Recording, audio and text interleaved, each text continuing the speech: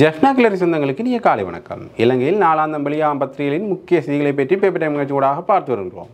அந்த வகையில் 18ஆம் தேதி ஆகஸ்ட் மாதம் 2024ஆம் ஆண்டு வெளியான பத்திரிகைகளின் முக்கிய செய்திகளை பற்றி பார்க்கலாம். முதலில் உதயன் பத்திரிகையில் அமைந்துள்ள முக்கிய செய்திகளாக மத பன்மைத்துவம் நாட்டில் பேணப்படும், தங்காலையில் வைத்து அனுர வாக்குறுதி. எமது ஆட்சியில் நாட்டின் மத பன்மைத்துவம் பேணி பாதுகாக்கப்படும், மத மற்றும் கலாசார சீரழிவுகளுக்கும் முரண்பாடுகளுக்கும் இடமளிக்கப்பட மாட்டாது என தேசிய மக்கள் சக்தியின் ஜனாதிபதி வேட்பாளர் அன்றகுமார் திசாநாயக்க தெரிவித்துள்ளார். ஜேவிபியின் முதலாவது தேர்தல் பரப்புரை கூட்டம் தங்காலையில் நேற்று இடம்பெற்றது. அங்கு உரையாற்றும் போதே அவர் இவ்வாறு தெரிவித்துள்ளார். நாடு என்ற ரீதியில் முன்னோக்கி செல்வதற்கு தேசிய மட்டத்திலான வேலை திட்டங்கள் முன்னெடுக்கப்பட வேண்டும். தேசிய மக்கள் சக்தி தொடர்பாக இன்று பலர் வீண் குற்றச்சாட்டுக்களை முன்வைக்கின்றனர். அவ்வாறான குற்றச்சாட்டுகள் எதற்காக முன்வைக்கப்படுகின்றன என்பதை மக்கள் அறிவார்கள் என்று அவர் குறிப்பிட்டுள்ளார் என்றவாறாக இந்த செய்தி தொடர்ந்து செல்கின்றது. முதற் பக்கத்தில் அமைந்துள்ள மற்றொரு முக்கிய செய்தியாக பிபிதுரு ஹெல உரிமையின் பிரிந்த அணியினர் ரணிலுடன் இணைவு. உதயகம்மன்பிள்ளை தலைமையிலான பிபிதுரு ஹெல உரிமைய கட்சியிலிருந்து பிரிந்த குழுவினர் ஜனாதிபதி ரணிலுக்கு தமது ஆதரவை தெரிவித்துள்ளனர். முன்னாள் பிரதி பொதுச் செயலாளர் உப்புல் கோனார மற்றும் ஆராய்ச்சி கும்புரே சோபிதேரர் ஆகியோர் தலைமையிலான குழு ஒன்றே ஜனாதிபதி ரணில் விக்ரமசிங்கவுக்கு ஆதரவு தெரிவித்துள்ளது என்றவாறாக அந்த செய்தி தொடர்ந்து செல்கின்றது. முதற் பக்கத்தில் அமைந்துள்ள மற்றொரு முக்கிய செய்தியாக நான் உரைத்தை தந்தேன், நீங்கள் விளைவித்தீர்கள். விவசாய பூமியான அனுராபுரத்தில் ஜனாதிபதி ரணில் தேர்தல் பரப்புரை. நாடு பொருளாதாரத்தில் வீழ்ந்திருந்த போது நாட்டை மீட்டெடுத்தவர்கள் சஜித்தோ அனுரவோ கர்ஷ டி சில்வாவோ கந்துன் நெத்தியோ அல்ல, மாறாக விவசாயிகளே. நான் உரத்தை தந்தேன், நீங்கள் விளைச்சலை தந்தீர்கள் என்று ஜனாதிபதி ரணில் தனது தேர்தல் பரப்புரையில் தெரிவித்துள்ளார். ஜனாதிபதி ரணிலின் தொடர் தேர்தல் பரப்புரையின் முதலாவது கூட்டமும் பேரணியும் விவசாய நகரான அனுராபுரத்தில் நேற்று இடம்பெற்றது. அதில் உரையாற்றும் போதே அவர் இவ்வாறு தெரிவித்துள்ளார். ஜனாதிபதி ரணில் மேலும் தெரிவித்துள்ளதாவது, கட்சிகளை உடைப்பதற்காக நாம் இன்று ஒன்று கூடவில்லை. கட்சிகள் ஒன்று கூடி நாட்டின் எதிர்காலத்தை தீர்மானிக்க வந்துள்ளோம். அதனால் தான் கட்சி பேதமின்றி சுயாதீனமாக சிலிண்டர் சின்னத்தில் போட்டியிடுகின்றேன். மற்றைய தலைவர்கள் ஓடிப்போன வேளையில் முடியும் என்று நாட்டை மீட்க வந்தவர்கள் எம்மோடு உள்ளனர். அதனால் எனது அணியில் அனைவரும் ஒன்றுபட்டு முன்னோக்கி சென்று எதிர்காலத்தை பாதுகாப்போம். என்னுடையதோ பிரதமருடையதோ எதிர்காலம் இங்கு பாதுகாக்கப்படாது. மக்களின் எதிர்காலத்துக்காகவே நாம் பாடுபடுகின்றோம். கடந்த காலத்தை மறந்துவிடக்கூடாது. அன்று நாட்டில் மின்சாரம் இருக்கவில்லை, இருளில் இருந்தோம். எரிபொருள் இருக்கவில்லை, நடந்து சென்றோம். எரிவாயு இருக்கவில்லை, சிலிண்டர் மட்டுமே இருந்தது, அதையும் விற்றோம்.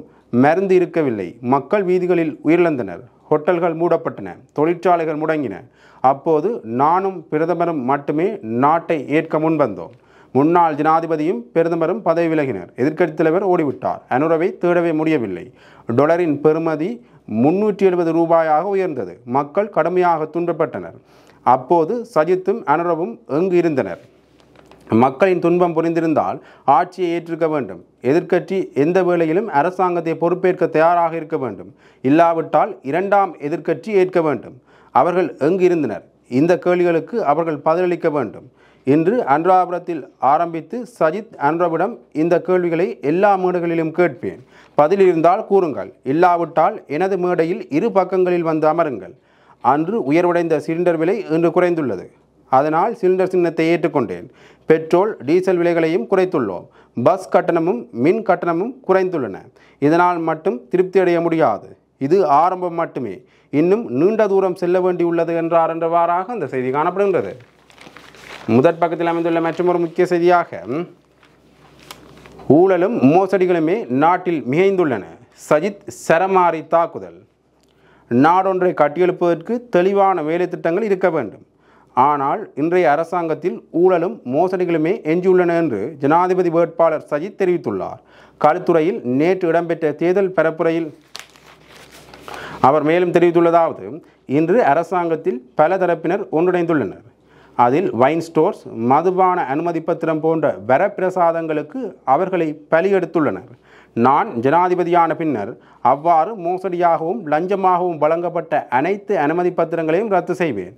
அரசியல் லஞ்சத்துடன் தொடர்புடைய அரசியல்வாதிகளும் அதிகாரிகளும் சட்டத்தின் முன் பதிலளிக்க வேண்டிய நிலை ஏற்படும். அவ்வாறான தவறுகளை செய்யாமல் சிந்தித்து செயற்படுமாறு வேண்டிக் கொள்கின்றேன். ஐக்கிய மக்கள் சக்தியுடனும் ஐக்கிய மக்கள் கூட்டமைப்புடனும் இணைந்து கொண்டிருக்கின்ற ஒவ்வொருவரும் பணத்துக்காகவும் ஊழலுக்காகவும் மோசடிகளுக்காகவும் இணையவில்லை. சிறந்த கொள்கை திட்டத்துடன் இணைந்து கொண்டிருக்கின்றனர். ஊழல் மிக்க திருட்டுத்தனமான அரசியலை அரசாங்கம் நிறுத்த வேண்டும் என்று அவர் குறிப்பிட்டுள்ளார் என்றவாறாக அந்த செய்தி தொடர்ந்து செல்கின்றது. 5ஆம் பக்கத்தில் அமைந்துள்ள முக்கிய செய்திகளாக புலிகள் மீதான கனேடிய தடை, இலங்கை அரசு வரவேற்பு. கனேடிய அரசாங்கம் தமிழீழ விடுதலை புலிகள் இயக்கத்தையும் உலகத் தமிழர் பேரவையையும் தடை செய்யப்பட்ட அமைப்புகளாக அறிவித்ததை இலங்கை அரசாங்கம் வரவேற்றுள்ளது. உலகத் தமிழர் பேரவை இப்போது புலிகள் சார்பில் நிதி சேகரிப்பு நடவடிக்கைகளில் ஈடுபட்டுள்ளதாக கனேடிய அரசாங்கம் தெரிவித்துள்ளது என்றவாறாக அந்த செய்தி தொடர்ந்து செல்கின்றது. அதே பக்கத்தில் அமைந்துள்ள மற்றொரு முக்கிய செய்தியாக நாடாளுமன்றத்தை கைப்பற்றியதால் ஜனாதிபதி தேர்தல் நடக்கின்றது. வேட்புமனு தாக்கலின் பின்னர் ரணில் தெரிவிப்பு. நாடாளுமன்றத்தை கைப்பற்றும் முயற்சியை தடுத்து நிறுத்தியதால் தான் இன்று தேர்தல் நடக்கின்றது. புதிய பொருளாதாரத்தை கட்டியெழுப்ப அரசாங்கத்தின் வேலை திட்டங்கள் தொடர வேண்டும். இவ்வாறு ஜனாதிபதி ரணில் விக்ரமசிங்கே தெரிவித்துள்ளார். ஜனாதிபதி தேர்தலுக்கான வேட்புமனு தாக்கலின் பின்னர் கட்சி ஆதரவாளர்கள் மத்தியில் உரையாற்றுகையிலேயே ஜனாதிபதி இவ்வாறு கூறினார். அவர் மேலும் தெரிவித்துள்ளதாவது, 2022ஆம் ஆண்டு ஜூலை மாதமளவில் வீடுகள் எரிக்கப்பட்டன. ஜனாதிபதி மாளிகை கைப்பற்றப்பட்டது. ஜனாதிபதி அலுவலகம் மற்றும் அலரி மாளிகை என்பனவும் கைப்பற்றப்பட்டன. எனது வீட்டையும் எரித்தனர். இவ்வாறானதொரு சூழ்நிலையிலேயே நான் நாட்டை பொறுப்பேற்பேன். அரசாங்கத்தை கொண்டு நடத்த முடியுமா என்ற சந்தேகம் பலருக்கும் இருந்தது. நாடாளுமன்றத்தை கைப்பற்றுவதற்கு முயற்சித்தனர். எனினும் நானும் சபாநாயகரும் அந்த முயற்சியை தடுத்து நிறுத்தினோம். அதனால் தான் இன்று தேர்தலை நடத்தக்கூடியதாக உள்ளது என்று அவர் குறிப்பிட்டுள்ளார் என்றவாறாக அந்த செய்தி தொடர்ந்து செல்கின்றது. இவை உதயன் பத்திரிகையில் இந்த முக்கிய செய்திகள். இனி விளம்பர பத்திரிகையின் முக்கிய செய்திகளை பற்றி பார்க்கலாம். விளம்பர பத்திரிகையின் முதற் பக்கத்தில் அமைந்துள்ள முக்கிய செய்திகளாக வோட் மணி மீட்டர், பிரசார செலவுகளை கண்காணிக்க புதிய இணையம். ஜனாதிபதி தேர்தலில் போட்டியிடும் வேட்பாளர்களின் பிரசார செலவுகளை கண்காணிக்கும் வகையில் இணையதளம் ஒன்று உருவாக்கப்பட்டுள்ளது. இந்த இணையத்திற்கு வோட் மணி மீட்டர் என பெயரிடப்பட்டுள்ளது. இந்த இணையதளம் டிரான்ஸ்பரன்சி இன்டர்நேஷனல் ஸ்ரீலங்கா நிறுவனம் மற்றும் பெப்ரல் அமைப்பு உள்ளிட்ட 6 தேர்தல் கண்காணிப்பு அமைப்புகளினால் உருவாக்கப்பட்டுள்ளது என்றவாறாக அந்த செய்தி காணப்படுகின்றது. முதற் பக்கத்தில் அமைந்துள்ள மற்றொரு முக்கிய செய்தியாக ஜனாதிபதி தேர்தலில் தமிழ் மக்களின் நிலைப்பாடு என்ன? தமிழ் எம்பிக்களிடம் வினவிய இந்திய தூதுவர். ஜனாதிபதி தேர்தலில் தமிழ் மக்களின் நிலைப்பாடு என்ன என ஸ்ரீதரன் மற்றும் சார்ல்ஸ் நிர்மலநாதன் எம்பிக்களிடம் வினவினார் இந்திய தூதுவர் சந்தோஷ் ஷா. தமிழரசு கட்சியின் பாராளுமன்ற உறுப்பினர்களான சிவஞானம் ஸ்ரீதரன் மற்றும் சார்ல்ஸ் நிர்மலநாதன் ஆகியோருக்கும் இந்திய தூதுவர் சந்தோஷ் ஷாவுக்கும் இடையிலான சந்திப்பு கொழும்பில் உள்ள இந்திய தூதரகத்தில் நேற்று முன்தினம் நடைபெற்றது. இதன்போதே இந்திய தூதுவர் மேற்படி கேள்விகளை தொடுத்தார். அத்துடன் தமிழ் பொது வேட்பாளர் தொடர்பிலும் அது குறித்து தமிழ் மக்களின் நிலைப்பாடு பற்றியும் இந்திய தூதுவர் வினவினார். இதன்போது நாம் பொதுவான கருத்துக்களை தெரிவித்தோம் என்று சந்திப்பில் கலந்து கொண்ட தமிழரசு கட்சியின் எம்பிக்கள் தெரிவித்தனர். ஜனாதிபதி தேர்தலில் போட்டியிடும் தென்னிலங்கை பிரதான வேட்பாளர்களின் தமிழ் மக்கள் தொடர்பான உறுதிமொழிகள் குறித்தும் தம்மிடம் இந்திய தூதுவர் கேட்டறிந்தார் என்று மேற்படி சந்திப்பில் கலந்து கொண்ட தமிழரசு கட்சியின் எம்பிக்கள் குறிப்பிட்டனர் என்றவாறாக அந்த செய்தி காணப்படுகின்றது.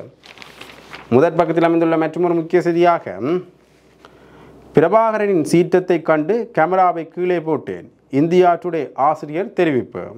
விடுதலை புலிகளின் தலைவர் வேலுப்பிள்ளை பிரபாகரனை தானே முதலில் படம் பிடித்ததாகவும் பிரபாகரனின் முகத்தில் ஏற்பட்ட சீற்றத்தை கண்டு கேமராவை கீழே போட்டேன் என இந்தியா டுடே குழுமத்தின் ஆசிரியர் பீட இயக்குனர் ராஜ் செங்கப்பா தெரிவித்துள்ளார். இலங்கை இந்திய ஊடக நட்புறவு சங்கம் கொழும்பில் ஏற்பாடு செய்திருந்த நிகழ்வில் உரையாற்றுகையிலேயே அவர் இதனை குறிப்பிட்டுள்ளார். அவர் மேலும் தெரிவிக்கையில், இலங்கைக்கு 15 வருடங்களின் பின்னர் மீண்டும் வந்துள்ளேன். இறுதியாக 2009ஆம் ஆண்டு இலங்கைக்கு வந்தேன்.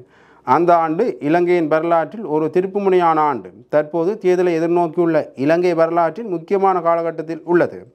இந்தியாவிற்கு இந்த வருட தேர்தல் எவ்வாறு முக்கியமானதாக அமைந்ததோ அதேபோன்று இலங்கைக்கும் இந்த வருட தேர்தல் தீர்மானமிக்கமையாக இருக்கும்.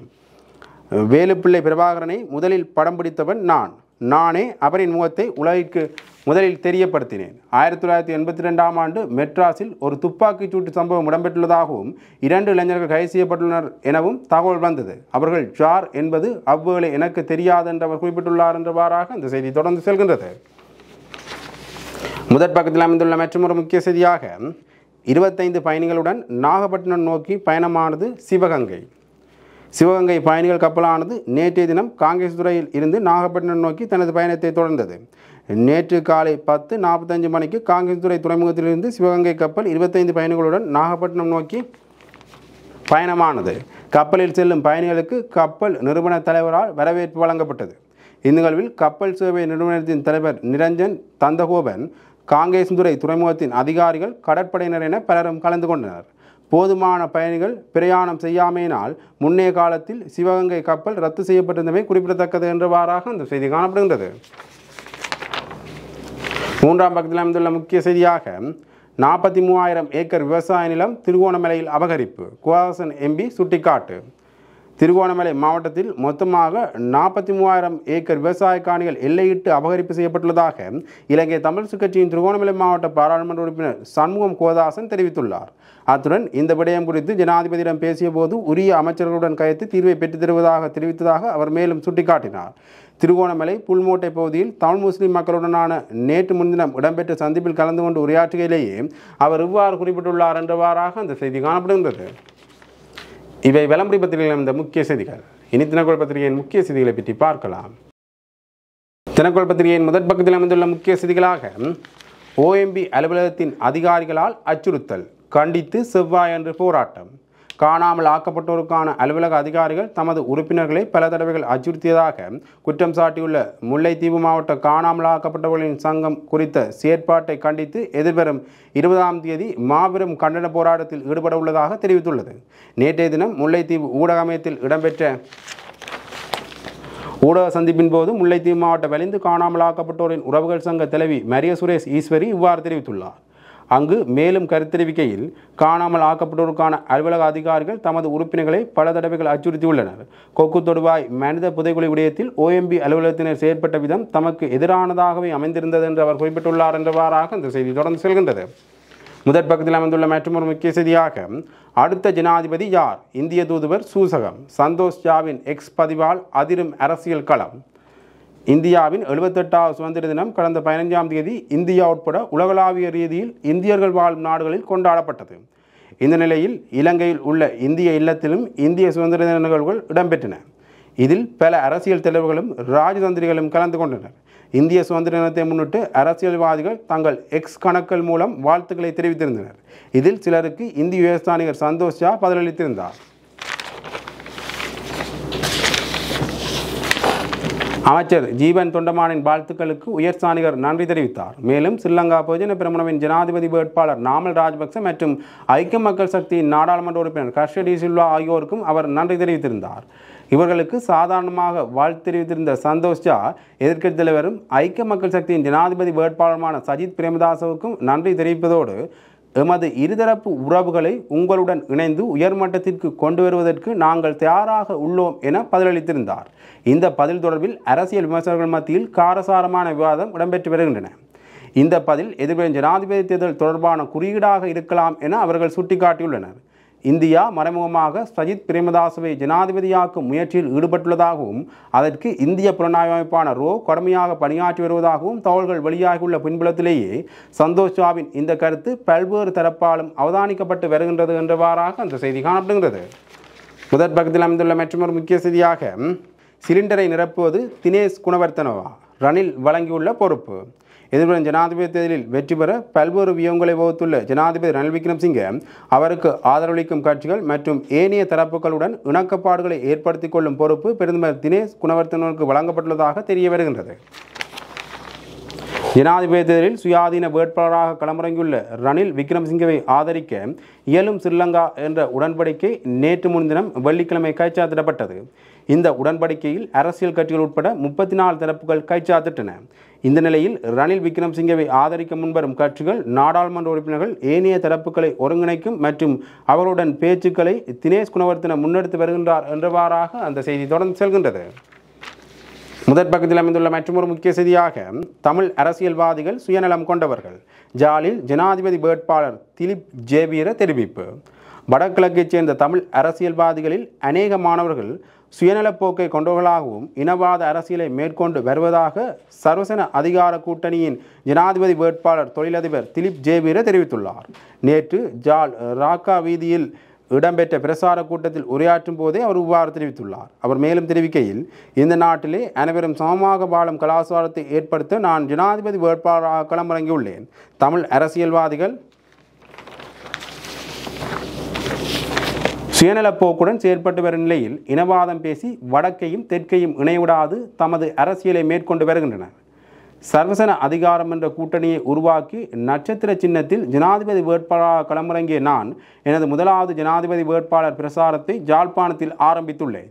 இந்த நாட்டில் வாழும் தமிழ், சிங்கள, முஸ்லீம் மக்கள் ஒரே நாட்டில் அனைவரும் சமமாக வாழும் நிலைமையை உருவாக்க வேண்டும். அல்லாமல் பிரித்தாளும் இனவாதத்திற்கு முடிவு கட்ட வேண்டும். எனது தேர்தல் விஞ்ஞாபனத்தில் பெண்களுக்கு முன்னுரிமை வழங்கியுள்ளேன். ஏனெனில் இந்த நாட்டில் பொருளாதார நெருக்கடி ஏற்பட்ட போது குடும்பத்தை காத்தவர்கள் பெண்களே. பெண்களுக்கான வாழ்வாதாரத்தை கட்டியெழுப்புவதற்கு நான் தயாராக இருக்கின்றேன். அவர்களுக்கான தொழில்துறையை ஏற்படுத்தி கொடுப்பதற்கு தமிழ் அரசியல்வாதிகள் தேர்தல் காலங்களில் மட்டும் மக்களிடம் செல்கிறார்கள். 13 வேண்டும், சுயநிர்ணய உரிமை வேண்டும் என்ற பழைய பாடலை பாடிக்கொண்டிருக்கின்றார்கள். ஆகவே இலங்கை நாட்டில் அனைத்து இன மக்களும் சமமாக வாழும் கலாச்சாரத்தை ஏற்படுத்துவதற்கு நட்சத்திர சின்னத்துக்கு வாக்களித்து உங்கள் எதிர்காலத்தை பலப்படுத்துங்கள் என அவர் மேலும் தெரிவித்துள்ளார் என்றவாறாக அந்த செய்தி தொடர்ந்து செல்கின்றது. இவை தினக்குள் பத்திரிகையில் வந்த முக்கிய செய்திகள்.